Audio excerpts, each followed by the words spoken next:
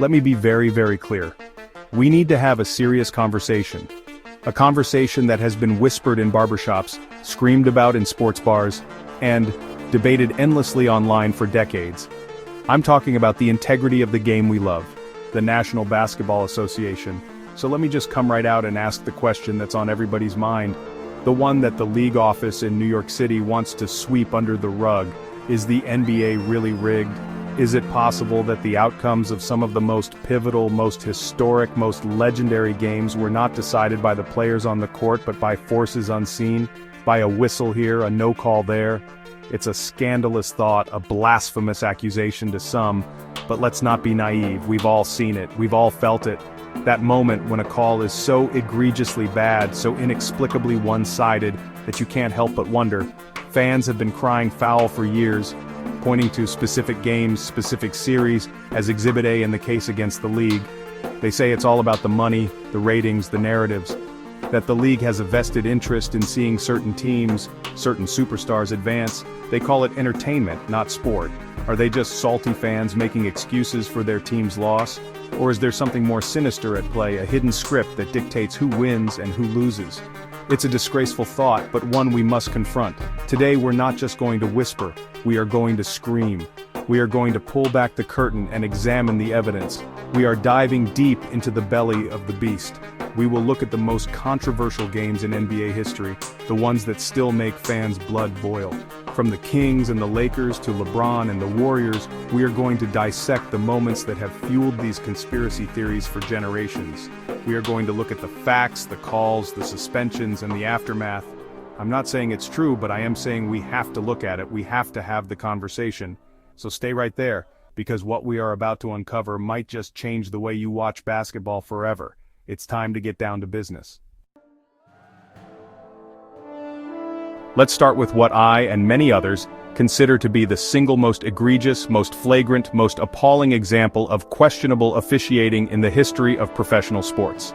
I'm talking about the 2002 Western Conference Finals, Game 6, the Los Angeles Lakers versus the Sacramento Kings. Now, let's set the scene. The Kings, this small-market team, this beautiful, free-flowing offensive juggernaut, led by Chris Webber and Vlade Divac, were on the verge of dethroning the mighty Lakers, the defending champions led by the dynamic duo of Shaq and Kobe. The Kings were up 3-2. They were one win away, at home, from going to the NBA Finals. It was David versus Goliath, and David had his slingshot locked and loaded. But then, the fourth quarter happened. What transpired in those 12 minutes of basketball was not just bad officiating, it was, in my opinion, a complete and utter travesty, a mockery of the sport. The Lakers shot an unbelievable 27 free throws in the fourth quarter alone, 27. The Kings, meanwhile, shot a measly 9. We saw phantom fouls called on the Kings. We saw clear fouls committed by the Lakers go completely ignored. Scott Pollard, a key big man for Sacramento, fouled out on calls that were, to be kind, highly questionable. Vlade Divac fouled out. It was a parade to the free throw line for Los Angeles, and it felt like the whistles were being orchestrated by a symphony conductor with a clear agenda. You don't have to take my word for it, just watch the tape. Watch Kobe Bryant throw an elbow directly into Mike Bibby's face right in front of a referee, and nothing is called. Nothing. Then watch as Shaq practically mugs every Kings player in the paint with no whistle. It was systematic, it was methodical. The Lakers won the game, forced a Game 7, which they also won, and went on to win the NBA championship. But that victory will forever be tainted. Disgraced former referee Tim Donaghy, who later went to prison for betting on games he officiated, even cited this game as a prime example of the league manipulating outcomes for ratings and revenue. The league wanted Shaq and Kobe in the finals, not the Sacramento Kings. It was an absolute sham.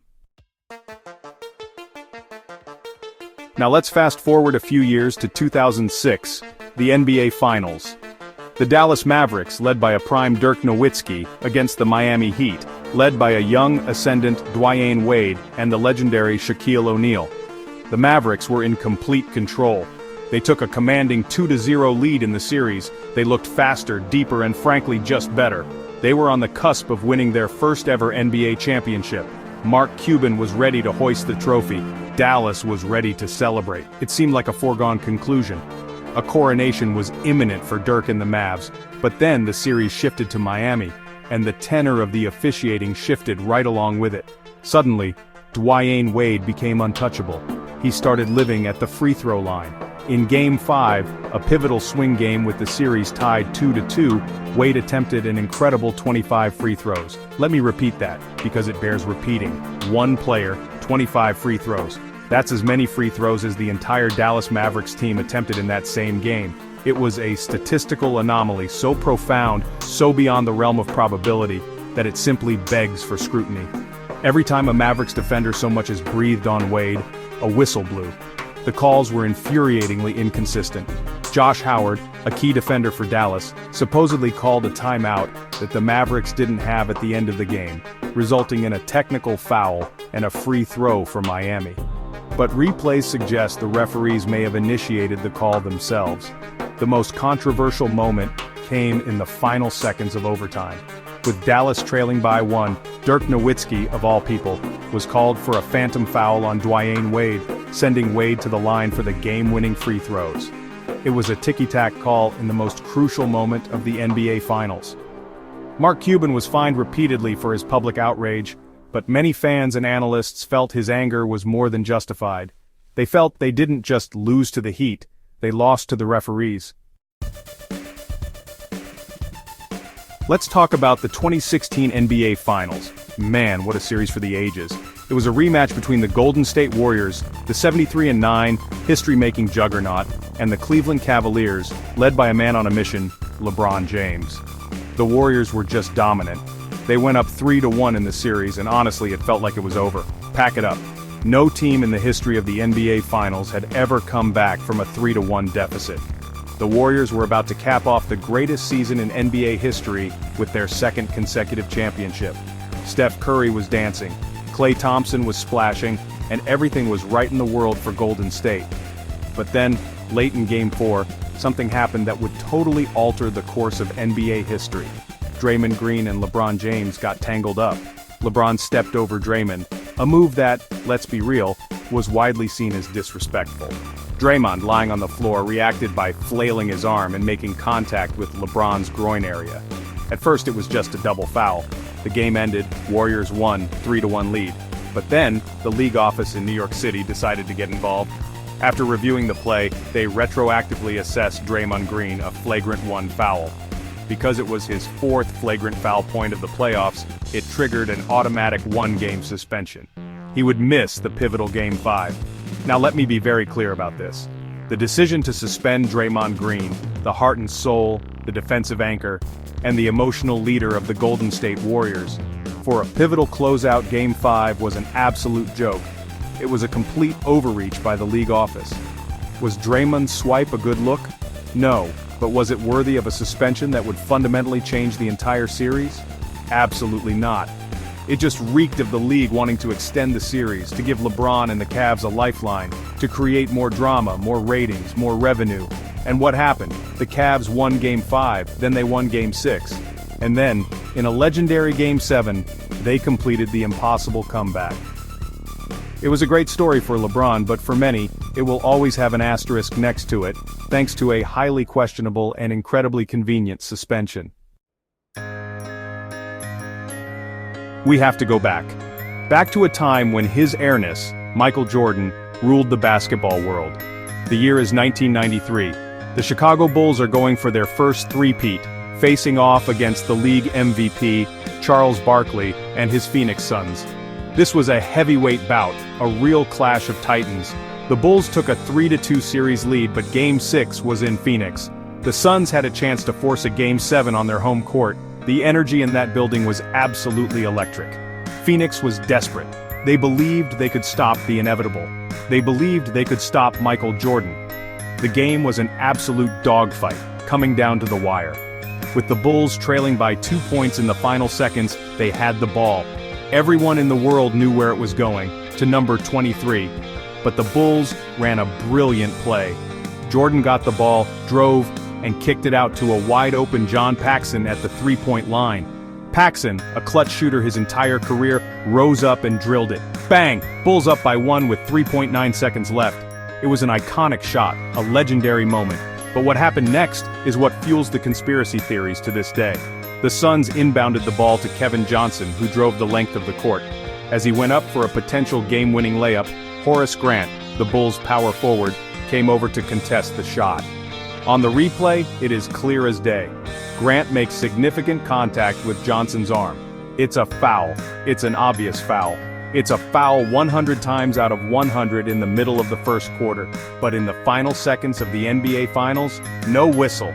The ball harmlessly bounced away, the buzzer sounded, and the Chicago Bulls were champions for the third straight time. Suns fans were apoplectic. How do you not make that call? The theory is simple. The league wanted its superstar Michael Jordan to complete the historic three-peat. A Game 7 was a risk. The Jordan narrative was a sure thing, so the whistle stayed silent. Let's bring it to the modern era. 2018 Western Conference Finals. The Houston Rockets, built with one purpose and one purpose only, to slay the dragon that was the Golden State Warriors. Led by James Harden and Chris Paul, this Rockets team was a statistical marvel, a three-point shooting machine. They pushed the defending champion Warriors with Kevin Durant, Steph Curry, and Klay Thompson to a deciding Game 7. This was it. The winner goes to the NBA Finals. The loser goes home in heartbreaking fashion. The stakes could not have been higher. The Rockets came out firing, building a double-digit lead. They looked like they were going to do it. But then, something strange happened. Something statistically improbable. The Houston Rockets, one of the best three-point shooting teams ever assembled, proceeded to miss 27 consecutive three-pointers. 27 in a row. It was a stretch of ineptitude so staggering it almost defied belief. From the end of the second quarter to late in the fourth, they could not buy a basket from beyond the arc. It was a collapse of epic, historic proportions. On the surface you say, well, they just went cold. But fans and analysts who looked closer saw something else. During that infamous stretch of missed threes, they pointed to numerous instances where Rockets players, particularly James Harden, appeared to be clearly fouled on their shot attempts. Contact on the arm, contact on the body, defenders not giving landing space.